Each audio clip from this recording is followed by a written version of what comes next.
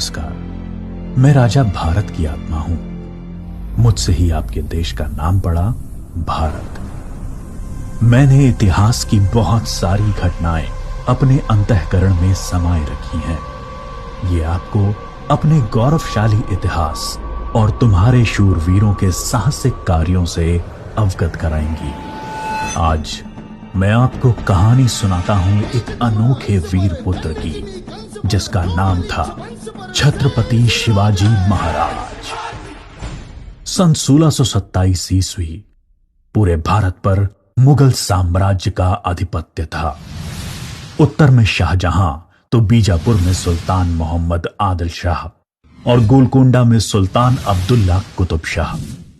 डेक्कन के सुल्तान सेना के लिए हमेशा मुस्लिम अफसरों को ही प्राथमिकता देते थे। बंदरगाहों पर पुर्तगालियों का कब्जा था और थल मार्ग पर मुगलों का अधिकार। इसलिए उत्तरी अफ्रीका और मध्य एशिया से मुसलमान अधिकारियों को ला पाना मुमकिन नहीं था और डेक्कन के सुल्तानों को हिंदू अधिकारी नियुक्त करने पड़ते थे। आदिल शाह की सेना में एक मराठा सेनाध्यक्ष था, शाहजी भोसले। शाहजी सेना में उच्च पद पर आसीन था। सन 1630 में महाराष्ट्र में जुन्नर के समीप शिवनेरी के किले में उनके और जीजाबाई के यहां एक पुत्र का जन्म हुआ। स्थानीय देवी शिवाय के नाम पर पुत्र का नामकरण हुआ, जो आगे चलकर छत्रपति शिवाजी महाराज के नाम से विश्व विख्यात हुए। शिवाजी के पिता काफी समय घर से दूर रहे थे, इसलिए बचपन में उनकी देखरेख माता जीजाबाई और गुरु दादोजी कोंडेव ने की। दादोजी ने उन्हें युद्ध कौशल और नीति शास्त्र सिखाया, तो जीजा माता ने हिंदू धार्मिक कथाएं। जब दादोजी का सन 1647 में निधन हुआ, तब उनका यह मानना था कि शिवाजी अपने पिता की ही तरह आदिल शाह की सेना में उच्च पद पर आसीन होंगे, लेकिन विधि को कुछ और ही मंजूर था। सन 1646 के समय भारत में किसी हिंदू शासक का अपना स्वतंत्र राज्य स्थापित कर पाने के लिए इन तीन परिस्थितियों का पूरा होना जरूरी था। एक, कि वो शक्तिशाली साम्राज्यों के केंद्र से दूर हों, जमीन खेती के लिए अनुपयोगी हो और जंगलों से घिरा हुआ हो, ताकि छापामार युद्ध या गुरिल्ला वॉरफेयर करा जा सके। ये परिस्थितियां 1646 में शिवाजी के लिए अनुकूल बनी, जब उन्होंने स्थानीय किसानों मावली के समर्थन से अपनी सेना का निर्माण किया। शिवाजी को भली भांति याद था कि किसी भी साम्राज्य को स्थापित करने के लिए किलों की क्या महत्व है, इसलिए सिर्फ 15 साल की उम्र में ही उन्होंने आदिल शाही अधिकारियों को रिश्वत देकर तोड़ना, चाकन एवं कोंडना किलों को अपने अधिकार में कर लिया।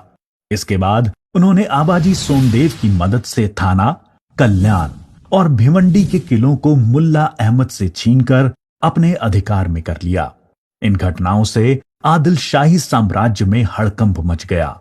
शिवाजी को रोकने के लिए उनके पिता को गिरफ्तार कर लिया गया। इसलिए शिवाजी ने अगले 7 बरस तक आदिल शाह पर सीधा आक्रमण नहीं किया। शिवाजी ने यह समय अपनी सेना को बढ़ाने और प्रभावशाली देशमुखों को अपनी ओर करने में लगाया। धीरे धीरे उन्होंने एक विशाल सेना खड़ी कर ली, जिसके घुड़सवार नेताजी पलकर ने संभाल रखी थी और पैदल सेना यशाजी कनक ने। अब तक शिवाजी के पास 40 किले भी आ चुके थे। शिवाजी के बढ़ते प्रभाव को रोकने के लिए सन 1659 में बीजापुर की बड़ी साहिबा ने अफजल खान को 10,000 सिपाहियों के साथ शिवाजी पर आक्रमण करने का हुक्म दिया। अफजल खान अपनी क्रूरता और ताकत के लिए जाना जाता था। उसने शिवाजी को खुले युद्ध करने के लिए उकसाने के लक्ष्य से बहुत सारे मंदिरों को तोड़ डाला और कई बेगुनाह नागरिकों का कत्ल कर डाला।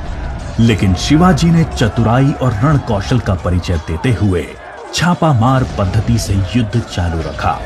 इस समय वो प्रतापगढ़ किले में रहे, जो कि चारों तरफ से घने जंगलों से घिरा हुआ था। अंत में अफजल खान ने शिवाजी को धोखे से मारने की साजिश रची। उसने शिवाजी को मिलने का न्योता भेजा। जब वो मिले, अफजल खान ने अपनी मजबूत पकड़ में शिवाजी को दबाकर मार डालने का प्रयास किया। शिवाजी पहले से तैयार थे। अपने छुपाकर रखे हुए बाग नाका से उन्होंने अफजल खान का पेट ही चीर डाला, जो कि उनसे 2 गुना विशालकाय था। इसके बाद प्रतापगढ़ की लड़ाई में शिवाजी ने अफजल खान की सेना को करारी मात दी। शक्तिशाली अफजल खान की हार से बीजापुर का सुल्तान स्तब्ध रह गया। अब की बार रुस्तम जमान को भेजा गया। 28 दिसंबर 1659 को शिवाजी ने रुस्तम जमान की सेना पर सामने से हमला बोल दिया। साथ ही उनकी सेना की 2 और टुकड़ियों ने दोनों दिशाओं से रुस्तम की फौज पर आक्रमण कर दिया। रुस्तम जमान शर्मिंदाजनक स्थिति में लड़ाई के मैदान से अपनी जान बचाकर भाग गया। सन 1660 में आदिल शाह ने अपने सेनापति सिद्दी जौहर को शिवाजी पर हमला करने के लिए भेजा। शिवाजी पन्हाला किले में थे और सिद्दी जौहर की सेना ने किले को चारों ओर से घेर लिया। शिवाजी ने सिद्दी जौहर को मिलने का न्योता दिया और जब वो मिले, आदिल शाह को संदेश भिजवा दिया कि सिद्दी जौहर उनसे गद्दारी कर रहा है। इससे आदिल शाह और सिद्दी जौहर के बीच लड़ाई छिड़ गई, जिसका फायदा उठाकर शिवाजी एक रात अपने 5000 सिपाहियों के साथ पन्हाला किले से बाहर निकल आए। बाजी प्रभु देशपांडे ने न सिर्फ सिपाहियों के साथ दुश्मन सेना को उलझाए रखा, जिसकी वजह से शिवाजी सकुशल विशालगढ़ पहुंच गए। इस लड़ाई में बाजी प्रभु देशपांडे को अपने प्राणों से हाथ धोना पड़ा। उनको महाराष्ट्र के इतिहास में एक महान योद्धा माना जाता है। इसके बाद बीजापुर की बड़ी बेगम ने औरंगजेब से शिवाजी को पकड़ने के लिए विनती करी। उसने अपने मामा शाइस्ता खान को 1,50,000 सैनिकों के साथ शिवाजी से युद्ध करने भेजा। शाइस्ता खान ने अपनी विशाल सेना के बल पर पुणे पर कब्जा कर लिया और शिवाजी के निवास स्थान लाल महल पे अपना बसेरा डाल दिया। शिवाजी ने चालाकी से अपने 400 सिपाहियों के साथ शादी के बारातियों के वेश में पुणे में प्रवेश कर लिया। रात के समय उन्होंने सीधे शाइस्ता खान के ऊपर खतरनाक हमला बोला। खान ने खाकी से कूदकर अपनी जान बचा ली, पर शिवाजी की तलवार की वार से अपनी 3 उंगलियां गंवा बैठा। उंगली तो गई और इज्जत भी। फिर शिवाजी ने सन 1664 में मुगल व्यवसायी केंद्र सूरत पर आक्रमण करके उसको तहस नहस कर डाला। औरंगजेब आग बबूला होकर 60 वर्षीय राजपूत सेना नायक मिर्जा राजा जय सिंह को अपने 1.5 लाख सैनिकों के साथ शिवाजी से लड़ने के लिए भेजा। इस युद्ध में शिवाजी की हार हुई और उन्हें अपने 23 किले और 4 लाख की मुद्रा हर्जाने के रूप में देनी पड़ी। उन्हें अपने 9 वर्ष के पुत्र संभाजी के साथ आगरा जाना पड़ा। शिवाजी को नियंत्रित रखने के लिए पहले यह तय हुआ कि उन्हें मुगल दरबार में कोई पद दिया जाए, लेकिन औरंगजेब ने उसको बदलकर शिवाजी को घर में कैद करने का आदेश दे दिया। औरंगजेब नहीं जानता था कि यह गलती बहुत महंगी पड़ेगी। शिवाजी ने बीमारी का बहाना बनाया और अपने स्वास्थ्य को ठीक करने के आशीर्वाद के लिए साधु संतों और फकीरों को रोजाना मिठाई और उपहार भेजने की इच्छा जताई। एक दिन वो खुद श्रमिक के भेष में सामान के डब्बे में संभाजी को छुपाकर बाहर निकल आए। वो मथुरा, काशी, गया, पुरी के बाद गोलकोंडा और बीजापुर होते हुए रायगढ़ पहुंच गए। 1670 तक शिवाजी ने कई लड़ाइयां लड़ते हुए 4 महीनों के भीतर अपने राज्य का बड़ा हिस्सा मुगलों से स्वतंत्र करा लिया। सन 1671 से 1674 तक औरंगजेब ने भरसक प्रयास किया शिवाजी को अपने अधीन करने का, लेकिन वो बुरी तरह से असफल हुआ। उसने अपने उत्तम योद्धाओं जैसे दाऊद खान और मोहब्बत खान को शिवाजी से लड़ने भेजा, लेकिन सबको मुंह की खानी पड़ी।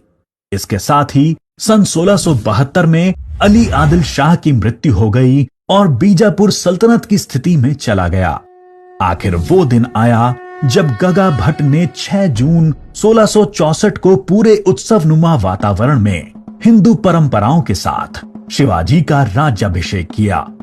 वो मराठा के राजा बने और कई सदियों के अंतराल के बाद हिंदू रीतियों, तिलक, जनेऊ और वेदों के उच्चारण के बीच किसी राजा का राज्याभिषेक संपन्न हुआ। शिवाजी की महानता सिर्फ उनकी बहादुरी और युद्ध कौशल में ही नहीं थी, वो एक योग्य प्रशासक भी थे। उन्होंने धर्म के आधार पर कभी किसी के साथ पक्षपात नहीं किया। उनके कई अधिकारी, यहाँ तक कि उनके व्यक्तिगत अंगरक्षकों में कुछ मुसलमान भी थे। उन्होंने कभी किसी भी नारी का निरादर नहीं किया, यहाँ तक कि युद्ध में हारे हुए दुश्मनों की स्त्रियों को भी सम्मान सहित वापस भेज देते थे। गुरिल्ला युद्ध, किलों का उपयोग और नवसेना का निर्माण भारत में पहली बार शिवाजी ने ही करा। उन्होंने 4 किलों तथा 2000 सैनिकों से शुरुआत की थी और उनकी मृत्यु के समय तक ये गिनती 300 किलो एवं 1 लाख सैनिकों की हो गई थी। मार्च 1680 में शिवाजी का स्वास्थ्य खराब हो गया। तेज बुखार और पेचिस के चलते 5 अप्रैल 1680 को 52 साल की छोटी सी उम्र में इनका स्वर्गवास हो गया। औरंगजेब ने सोचा कि शिवाजी की मृत्यु के बाद मराठा राज्य खत्म हो जाएगा, लेकिन ऐसा हुआ नहीं। पहले उनके पुत्र संभाजी ने और उसके बाद छत्रपति राजा राम ने मराठा शासन की बागडोर संभाली। औरंगजेब को करीब 25 सालों तक मराठाओं के साथ युद्ध लड़ना पड़ा, जिसकी वजह से वो अपनी मृत्यु के समय तक पूरी तरह से बर्बाद हो चुका था। शिवाजी ने जो मराठा राज्य की नींव रखी, वो आगे चलकर कर्नाटक से लेकर अटॉक पाकिस्तान तक फैल गई। शिवाजी जैसे मनुष्य कभी मरते नहीं, लेकिन लोगों के हृदय में अपने महान कार्यों, साहस और बलिदानों की वजह से हमेशा अमर रहते हैं।